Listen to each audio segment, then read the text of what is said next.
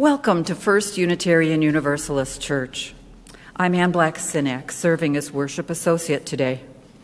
We are a congregation that finds truth and inspiration from many spiritual paths, and in community we help each other practice justice, inclusion, and love. Your faith, your doubts, your questions, and your identities are welcome here. Stay up to date for all that is happening through our weekly e-news. Families are always welcome in the sanctuary. Nursery care is available, and there are activities for children following the story. Join us after the service for refreshments and conversation down in the Commons, where you can learn about ways to get connected. Each month, our offering goes out our doors to organizations working for justice in the community. In March, we collected over $1,600 for earthquake disaster relief in Turkey and Syria, and over $2,500 for immigration justice locally. For April, our offering will support the Land Stewardship Project, promoting sustainable agriculture and building healthy communities in southeast Minnesota.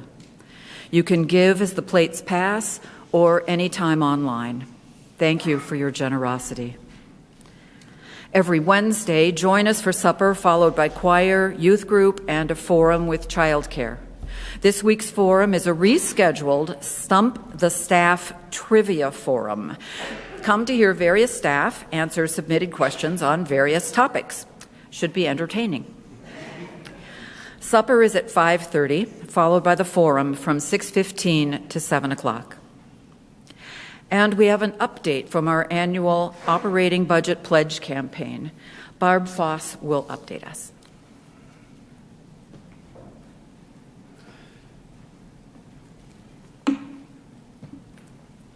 Good morning, everyone. I'm Barb Foss, and a member of this year's 2023 Tending the Flame Pledge Drive with a campaign update. So we began the campaign 1 month ago on Sunday, March 5th, following a memorable Saturday night concert featuring Peter Mayer.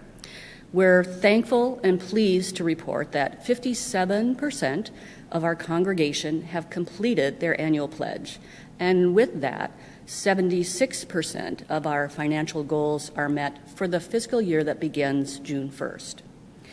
A reminder of the 4 budget goals presented at the March 8th forum: equalizing employee compensation, adding a social justice coordinator position, deepening our music ministry, supporting our Building the Future process. While the campaign formally ends today, you can still pledge today or at any time online. In order to finalize the budget, we do reach out to everyone, so Connie or a stewardship representative will contact you if you have not yet had an opportunity to complete a pledge. A heartfelt thank you for your support and generosity from myself and the pledge team. Everyone is invited to celebrate today with chalice cookies available at the pledge table in the lobby and in the Commons. Please enjoy and share. And thank you for tending the flame.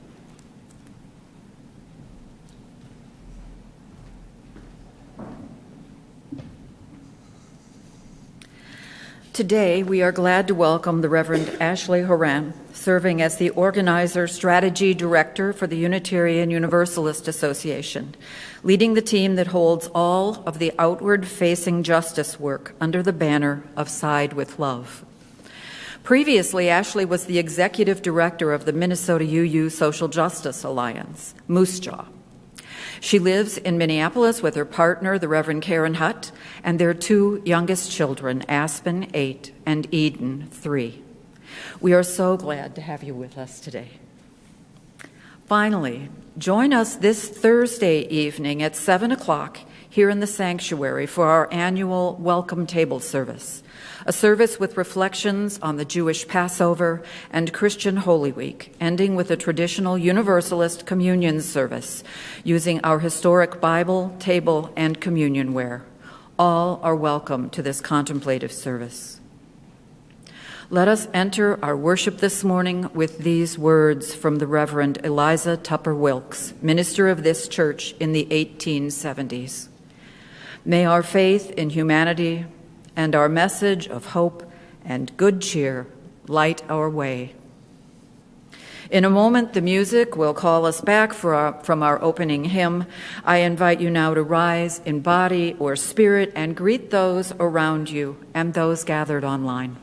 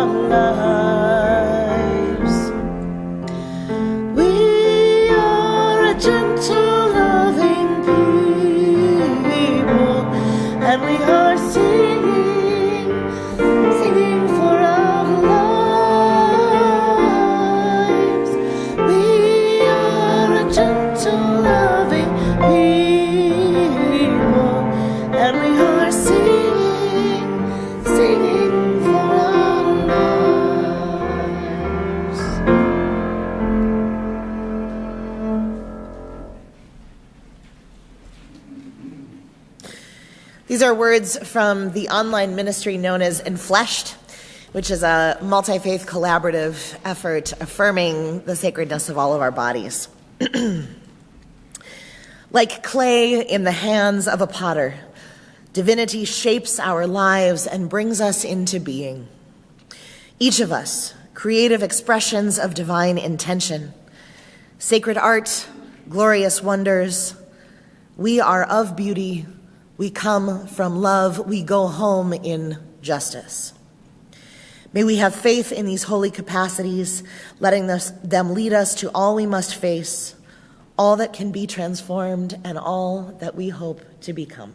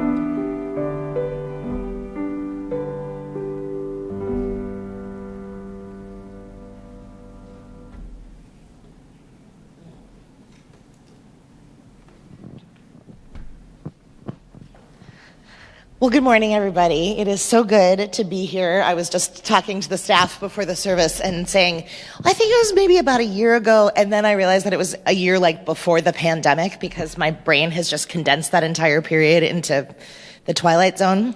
But I am delighted to be here. Hello, look at this tiny person I haven't met yet. This is amazing. Speaking of which, we're actually going to talk today about bodies at all parts of the lifespan and all of the things that they can do. And so this is truly a time for all ages. So I'm inviting responses from people who are young or old or anywhere in between, however you identify. You heard me.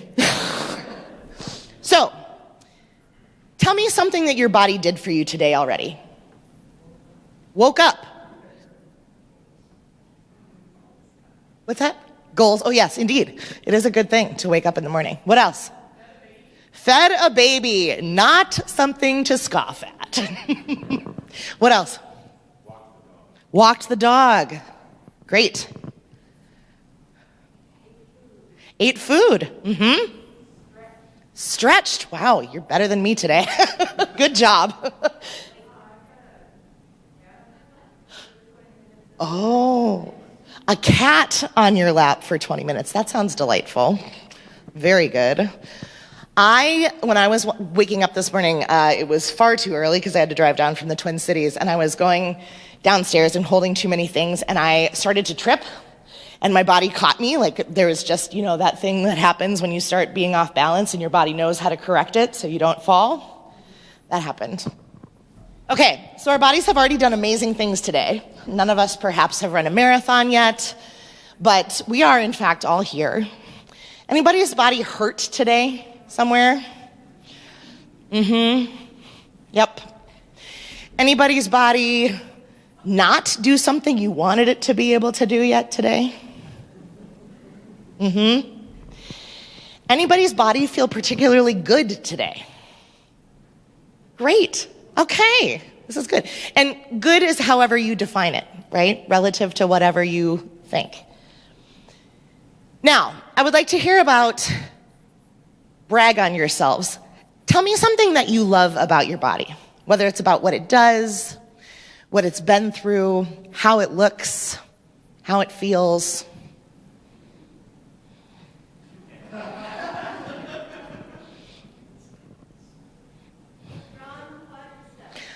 Strong quadricep muscles. Amen. What else? A what? A big stomach. Awesome. What else? Like your hair. Double jointedness. Ooh, that's exciting. What else? Mm-hmm. Like your chest from chop surgery. What else?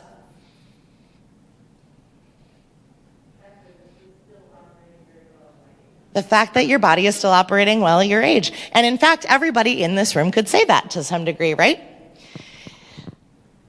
How about something that somebody else told you about your body that they liked? Not in a weird way, but in a affirming way. Somebody noticed something about what your body was able to do. Maybe you won a prize and got a trophy because you did something. Maybe somebody just said, wow, that's different than my body, and I appreciate that. Ooh, bless you. Being able to squat while holding a child. Mm-hmm. Becoming more and more difficult for me now that I am in my 40s. Mm-hmm. What else? Ooh, the sparkles you're getting in your hair. Yes. Yeah. Fitting under a shelf. Awesome. My kids, by the way, crawled under the dining room table last night and were so quiet, which you couldn't get them to be if you wanted them to be, given $1 million. But they crawled under the dining room table, and I literally was looking for them for 10 minutes because they were trying to hide from me. So hiding in little places is pretty cool. Anything else? Ooh, I bet that a lot of people appreciate that about you. Indeed. Anything else?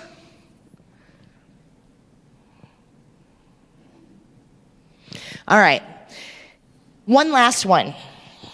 I want you to think about whether if you are a young person, something that people are telling you now, maybe if you are slightly older than a young person, things that people told you as a child about your body being a good body. Did anybody tell you you had a good body, your body was good, your body could do amazing things? I see a couple of nods. Some people maybe not.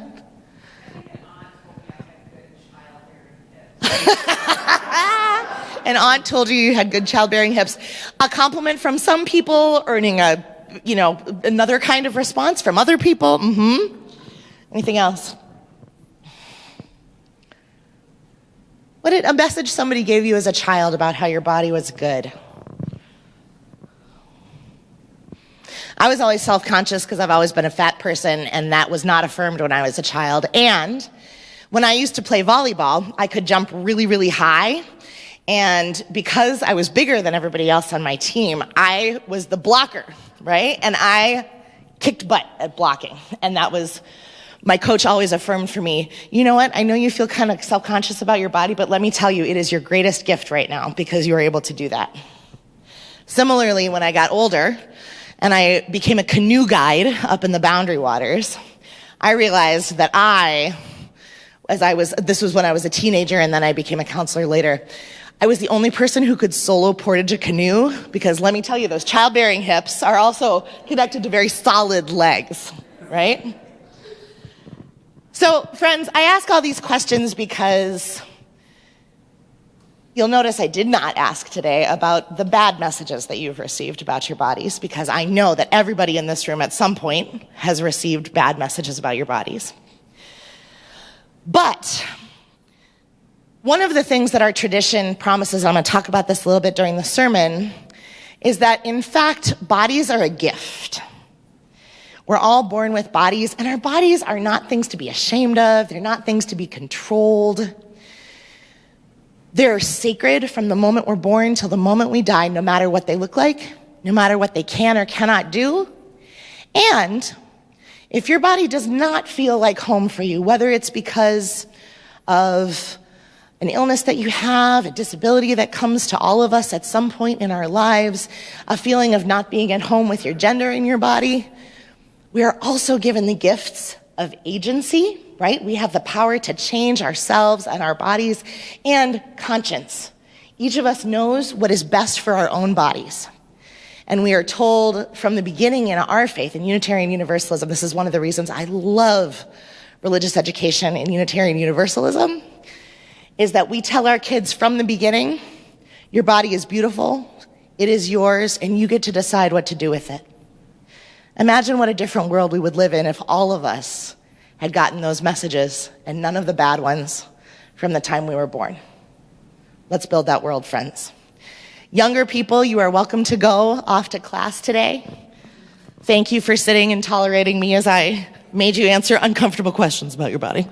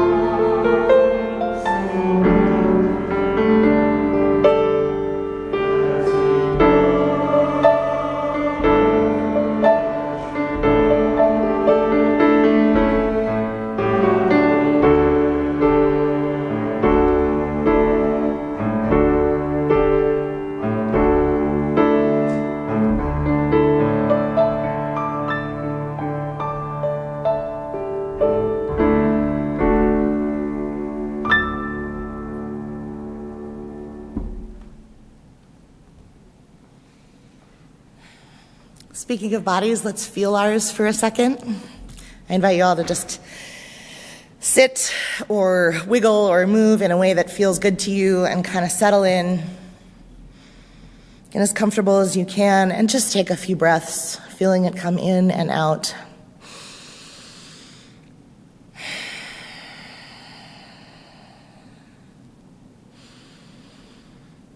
If you can find at least one muscle in your body that you can let relax a bit, Try and do that as you breathe out.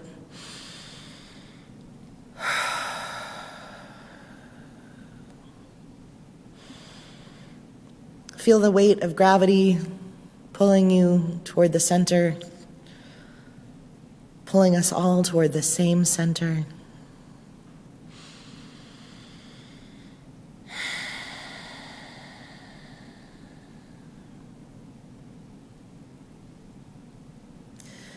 And as you keep breathing, this week we don't have specifics from this congregation to share, but we know that all of us are human. All of us live in this beautiful and broken world together. And so we hold each other for a moment, gently, tenderly, fiercely, in prayer.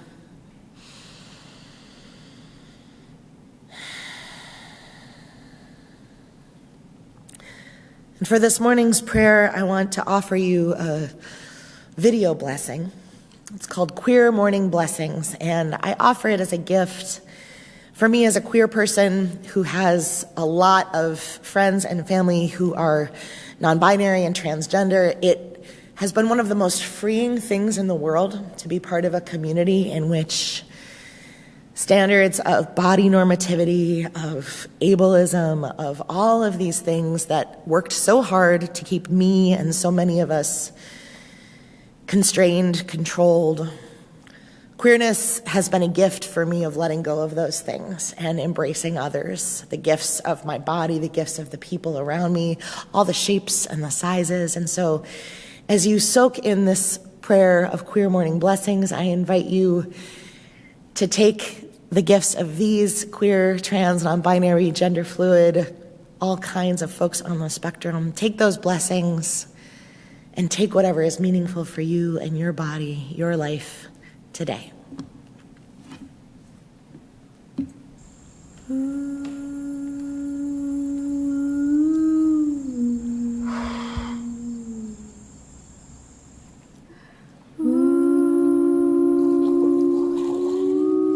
Blessed are you, awakener, life of all worlds, who remove sleep from my eyes and slumber from my eyelids.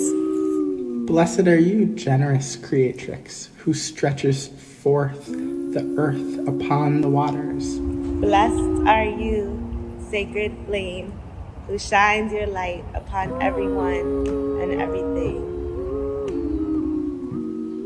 Blessed are you, wings of gold, who crowns my people, all people, with splendor. Blessed are you, holy fashion designer, who delights in the way we dress ourselves as altars. Blessed are you, nameless and infinite, who has made us in your image and reminds us that all bodies are sacred and holy.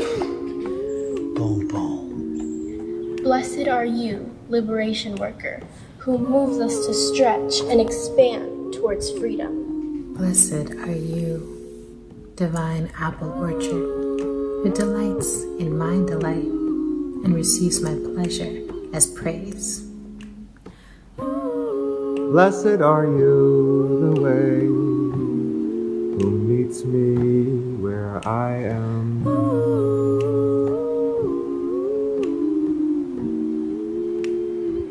Blessed are you, holy breath, who fills me with this gift every day.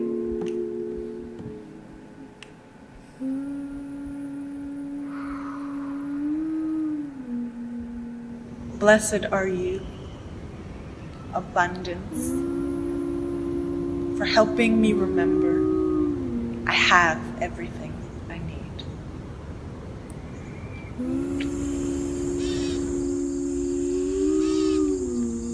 Blessed are you, source of life, who I draw upon for strength, and who reminds me that rest is a sacred act.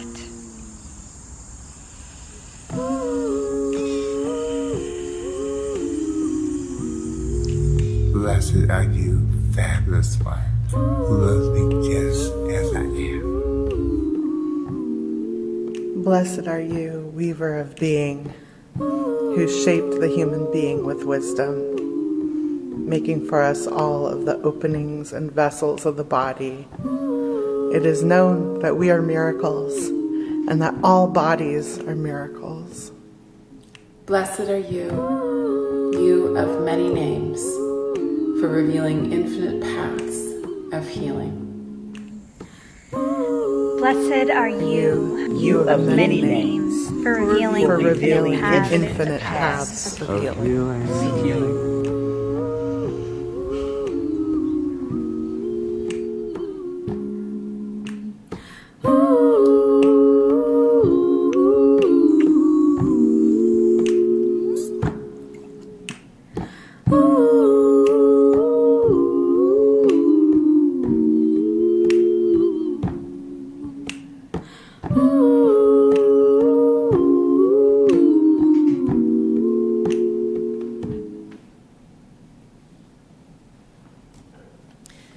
We will now take the offering for this morning with mindfulness that the gifts that are offered here of not just money, but also of our time, of our talent, are the things that make this beloved community.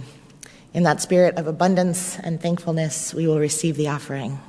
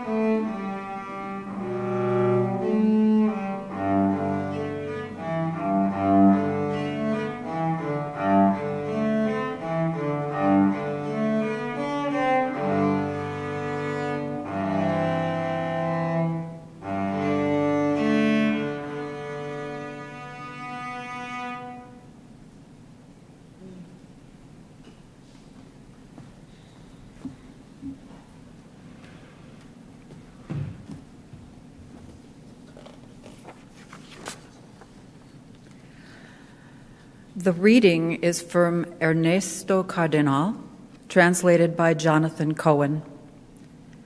What's in a star? We are. All the elements of our body and of the planet were once in the belly of a star. We are stardust. 15 billion years ago, we were a mass of hydrogen floating in space, turning slowly, dancing. And the gas condensed more and more, gaining increasingly more mass, and mass became star and began to shine. As they condensed, they grew hot and bright. Gravitation produced thermal energy, light and heat. That is to say, love. Stars were born, grew, and died. And the galaxy was taking the shape of a flower the way it looks now on a starry night. Our flesh and our bones come from other stars, and perhaps even from other galaxies. We are universal. And after death, we will help to form other stars and other galaxies. We come from the stars, and to them we shall return.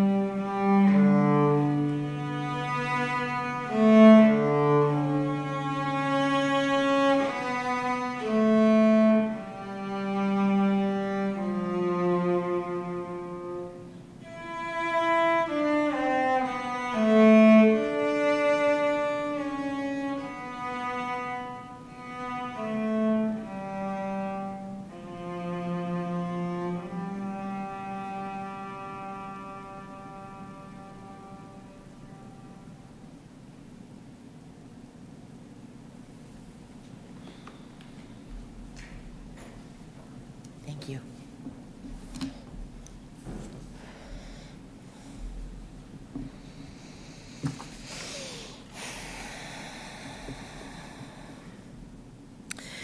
So now that I don't I live here in Minnesota, but my work is national, so often I get asked to guest preach, and in this day and age, I'm grateful for the ability to Zoom into sanctuaries and other places. However, this morning's ability to actually be with you in person is so precious. Thank you. And what that often means is that somebody else is doing that little time for all ages that I just did, usually much better than I did it. But what is great is that in congregations where there's, some of our congregations have just children everywhere.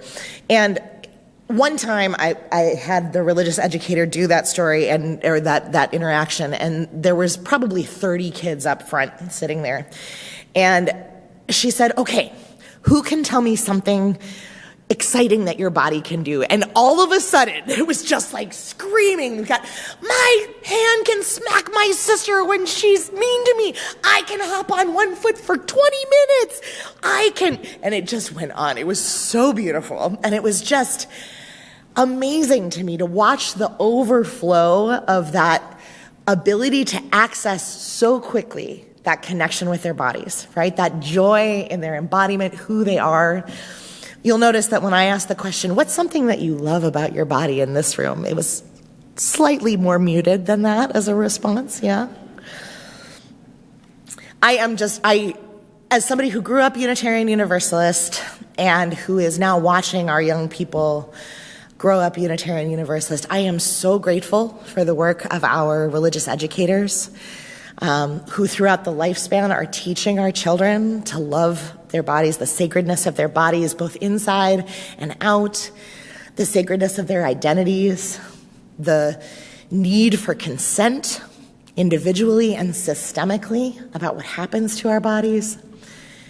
And it's so different. It is so different what these children are learning in the walls of our congregations than out there in the world. I know that I did not always receive those messages. Church was kind of a haven for me. I don't know about you, but, when you think back to parents, relatives, teachers, popular culture, maybe the religion of your childhood, did you learn that you were always the boss of your own body? that you got to decide what to feed it, how to dress and present it, whether and how to physically interact with people around you? Were you told that you had to be polite and let somebody pinch your cheek or hug you when you didn't want to? Did you receive affirmation that no matter what your body looked like or what it could do or couldn't do, that your body was good and worthy of protection and pride? Did you have grown-up models who showed you what it looked like to really just live in your own skin, free and joyful in the sacred gift of your embodiment? If that was your experience, blessings and praise upon the people who raised you. My guess is, though, that none of us consistently received those messages, sort of in the 360 way of hearing things. Dominant American culture certainly does not hold those values, as we know, and we are all exposed to both subtle and explicit messages about how our bodies are supposed to be exploited, controlled, subdued, or commodified. The truth is, in this country, from the day we are born, we are taught what our bodies should look like, what they should be capable of doing, how they should relate to the bodies of others. And exactly what you learned about your body's relative freedom and worth and power depends a lot upon the sex you were assigned at birth, your sexuality and gender expression, your race, your socioeconomic status, your ability or disability, your family culture, your religion. But our three pillars of American capitalism, cis heterosexism, and white supremacy, all of which, by the way, fundamentally reject the idea that every person's body should be sacred and free.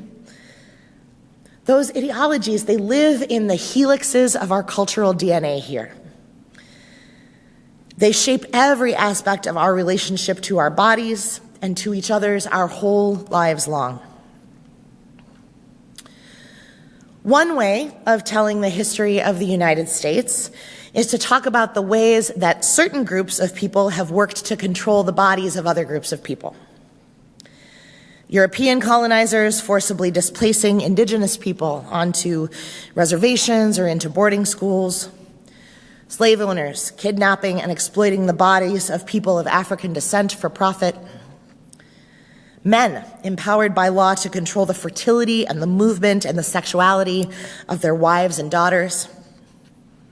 Eugenicists, including several in our own Unitarian and Universalist lineages, medical professionals experimenting on and forcibly sterilizing poor and Black and Indigenous and disabled people.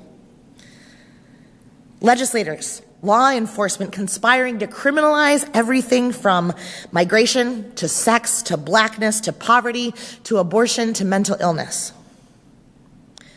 Using their power to segregate and impoverish and incarcerate entire communities of people. No matter what we would like to believe, politics are theological. And how we treat the people is a reflection of something we would call in seminary with $1 million term, our theological anthropology. It's just, again, a big word for what we believe about human nature and the human body and our relationships with one another and each other's bodies and with the divine. So I'm going to go into a little bit of old-timey religion here for a minute, and I want you to just stick with me. I promise I'm going to come back to the sacredness, belovedness of our bodies, but we got to go through this to get there, friends. We are in the wilderness together. So, from the time the first Europeans made contact on these indigenous lands that are now known as North America, settler colonizers used their religious beliefs to justify the theft of land from native people and to create a system of governance infused with their own worldviews. It stems from the doctrine of discovery, which for the first time in 500 years, Pope Francis of the Catholic Church repudiated this week. European Calvinism and Puritanism had a very particular theological anthropology, and it was that bodies are bad. Bodies are sinful. They need to be controlled and restrained and punished. You remember the Scarlet Letter? Bodies that were not white and male and straight and able and wealthy especially. Now for these folks, it went all the way back to the fall of Adam and Eve in the scriptures, and in their very false interpretation of the Genesis story. Basically, in spite of having it really good, Adam and Eve disobeyed God. They ate from the tree of knowledge of good and evil, and they, in doing so, became aware that they were naked, and they got really embarrassed. God got angry and expelled them from the garden, and the punishment that they received was that they were going to toil in the fields, they were going to suffer through childbirth, they would age, their bodies would break down, and they would die. So not only is the punishment for Adam and Eve's disobedience having a body that is mortal, that punishment then gets passed on through the doctrine of original sin. The idea of a blemish or corruption and a condemnation that defiles the soul of every single human being born since. Now, another strand in that lineage of Christianity is the belief that Jesus Christ was sent by God to atone for original sin, for this inherent brokenness of humanity. So through Jesus' very violent death at the hands of the state, which our colleagues in the Christian church are celebrating in many different ways around the world this week, through that death, an elect few predestined people picked by a fickle and unknowable God, those folks are spared and they're saved. The trick is, though, that we humans cannot know who are the elect and who are the reprobates, in Calvinist language, the ones who get sent to hell no matter how they act, what they do.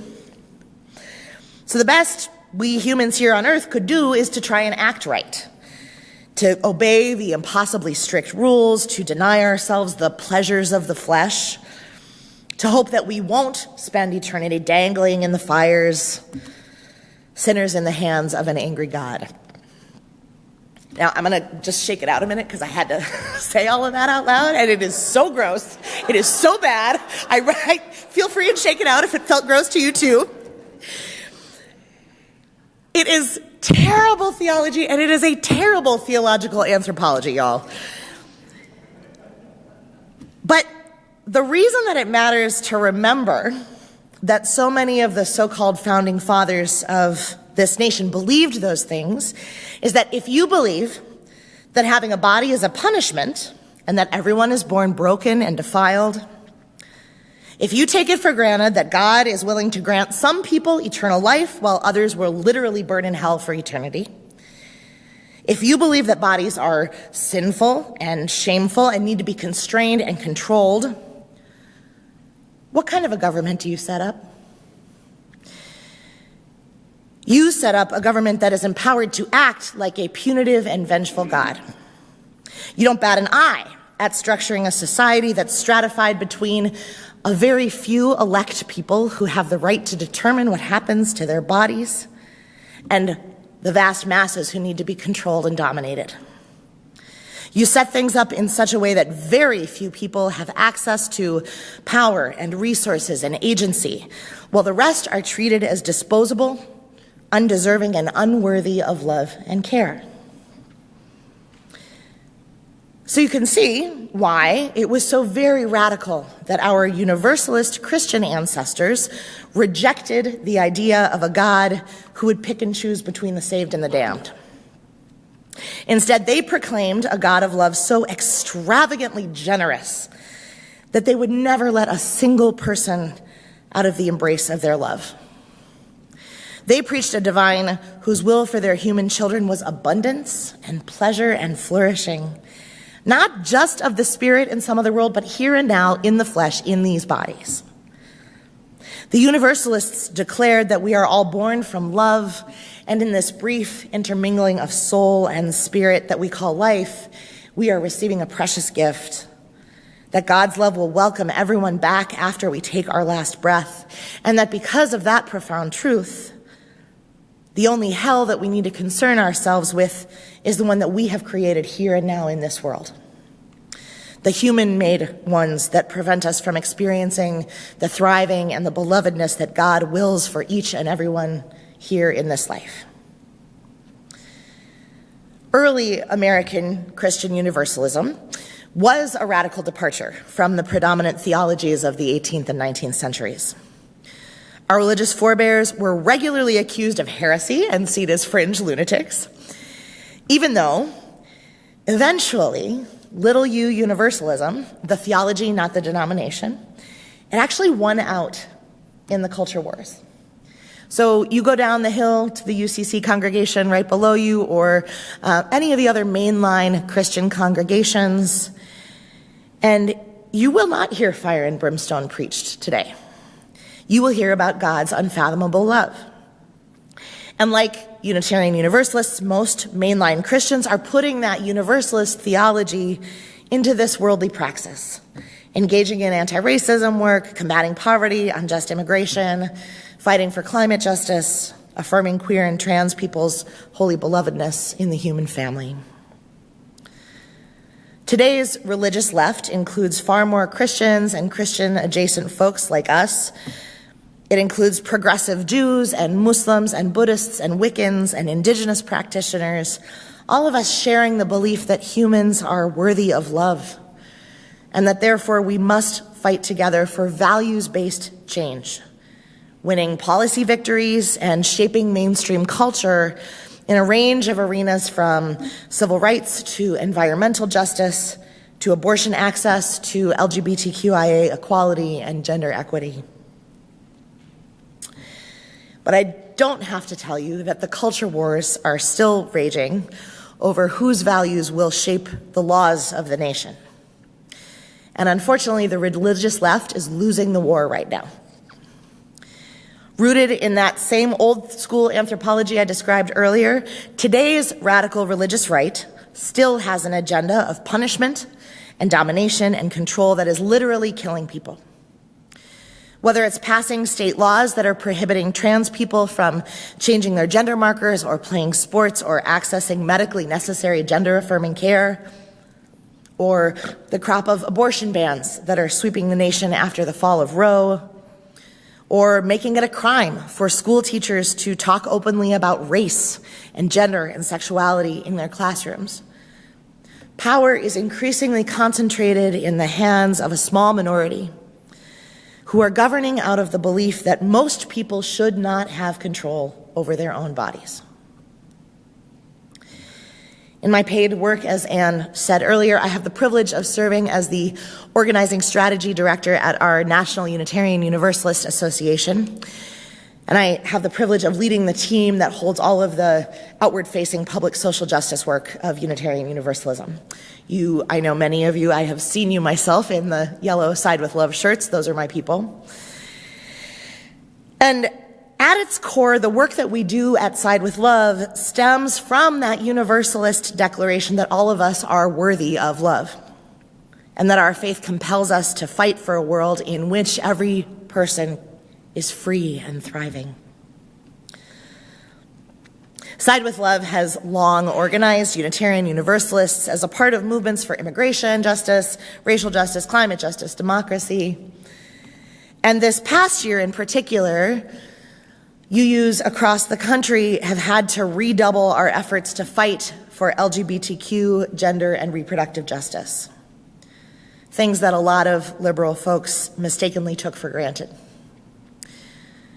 Once again, here we are well into the 21st century, and our theological anthropology of inherent worth and dignity is once again radical, heretical, profoundly countercultural. And our liberatory values are desperately needed in the face of the radical right's deadly agenda. Fortunately, we know that Unitarian Universalists are far from the only people holding these core values. Our other progressive religious siblings are right here with us. And our values are also totally in line with the movements for LGBTQIA liberation and reproductive justice, both of which at their cores declare that every person should have the power to make decisions about their own bodies, the kinds of kinship and family structures we want to create and belong to, the resources we need to be safe and supported and free. Drawing from these rich theological traditions and organizing traditions, Side with Love recently launched Uplift Action about a year ago, our newest organizing campaign that focuses on the intersections of LGBTQ, gender, and reproductive justice. The tagline of Uplift Action is, "Because every body is sacred." Whether we're talking about bodily autonomy for queer and trans people, for women and femmes, or for people with uteruses, and of course bringing a disability justice and a racial justice lens to all of those things. Our Unitarian Universalist faith declares that being an embodied person with self-determination is maybe the greatest gift of the human condition, a gift so precious that we must defend and protect it at all costs. The work of Uplift Action is happening widely across the country, both nationally and locally. We're actively working with the many congregations and state action networks that are fighting these repressive bills that are sweeping state legislatures. We've trained more than 350 Unitarian Universalist congregations through our Congregational Reproductive Justice Organizing training. Thousands of folks have mobilized through our UU the Vote campaign, ensuring that we mobilize the electorate and that we elect people who will serve and be accountable to the values that we hold dear. And we are in deep conversation with multi-faith coalition partners who are working alongside us and often underground because it is becoming increasingly illegal, to make sure that we have networks of hospitality, logistical support, financial aid for anyone who needs to access health care that is no longer available in the state that they live in. You all know that the stakes are incredibly high and that it is our imperative to bring our life-giving, life-affirming, life-saving values of bodily autonomy and the inherent worth and dignity, the sacredness of every body, to the public square. There are so many opportunities to get connected, and frequently in my national position now I get the question, well, we live in a blue state. What are we supposed to do?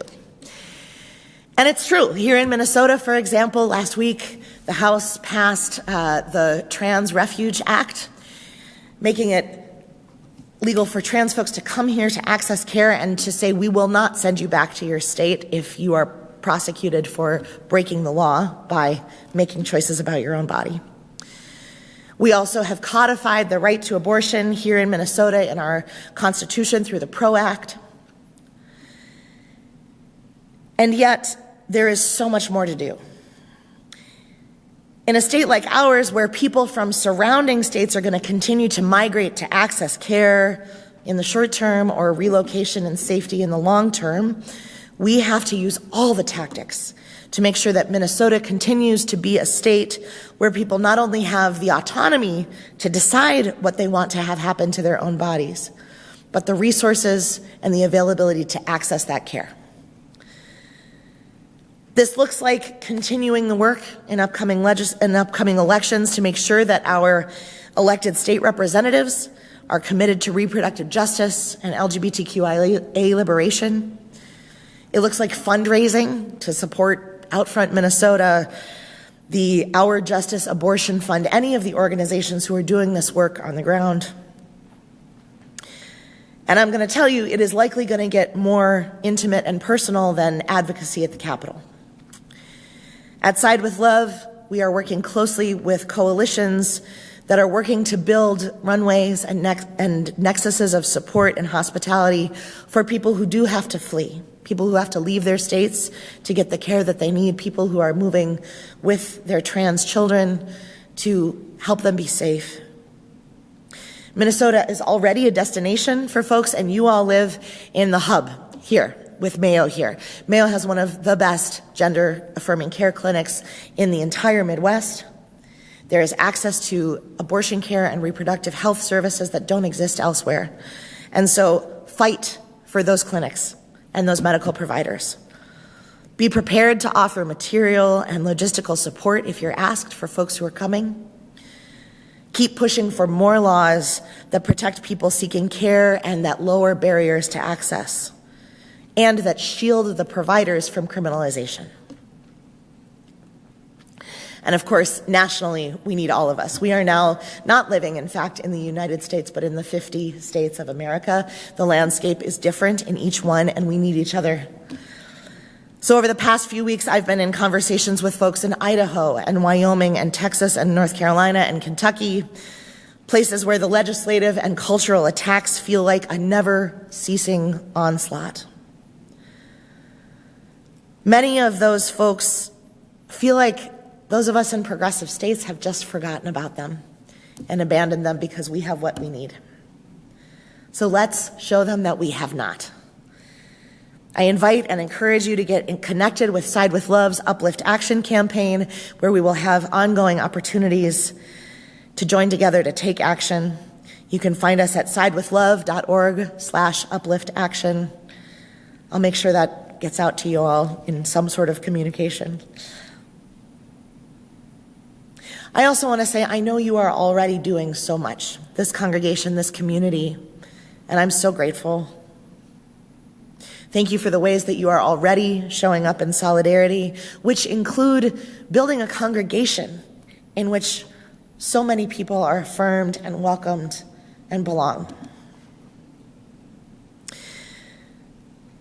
May we all continue to be safe spaces, agents of change, people who affirm and support one another and who fight to make affirmation part of just what we do as America. May we all work together towards a world in which all of us are free and all our bodies are treated as the sacred gifts that they are. May it be so. Blessed be, Ashe, and Amen.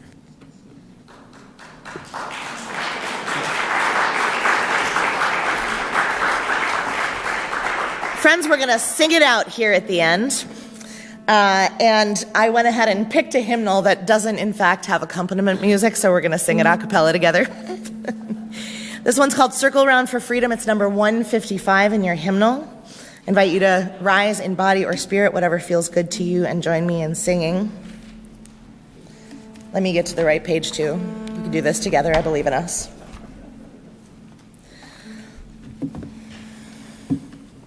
Would you just play it one time through for us with me, and I'll sing, and then we'll all sing together. Circle round for freedom, circle round for peace, for all of us imprisoned, circle for release. Circle for the planet. There's two of them. Circle for each soul, for the children of our children. Keep the circle whole. Let's do it again. Circle round for freedom. Circle for all of us imprisoned, circle for release, circle for the planet, circle for each soul, for the children of our children. Keep the circle whole. One more time. Feel free and add your harmonies.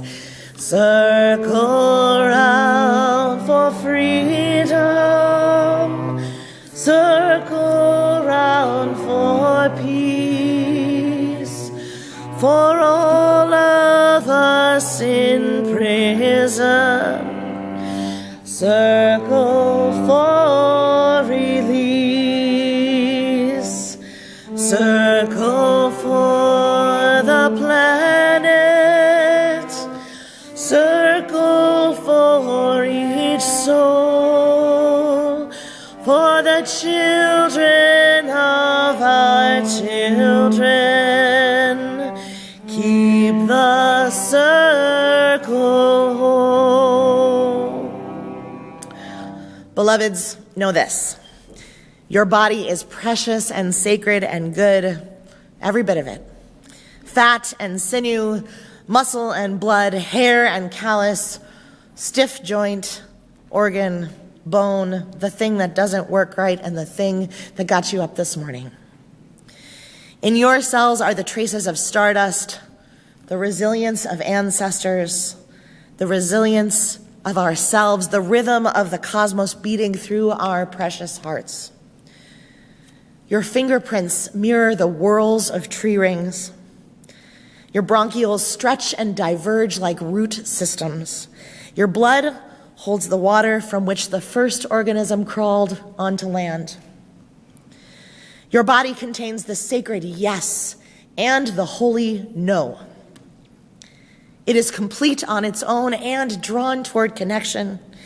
It is whole and fragile and gorgeous and flawed and absolutely divine. Not 20 pounds ago, not before the miscarriage or the stroke, not when you were younger or before trauma visited, but now, today, here, in this flesh, this skin, this bone, this blood, you.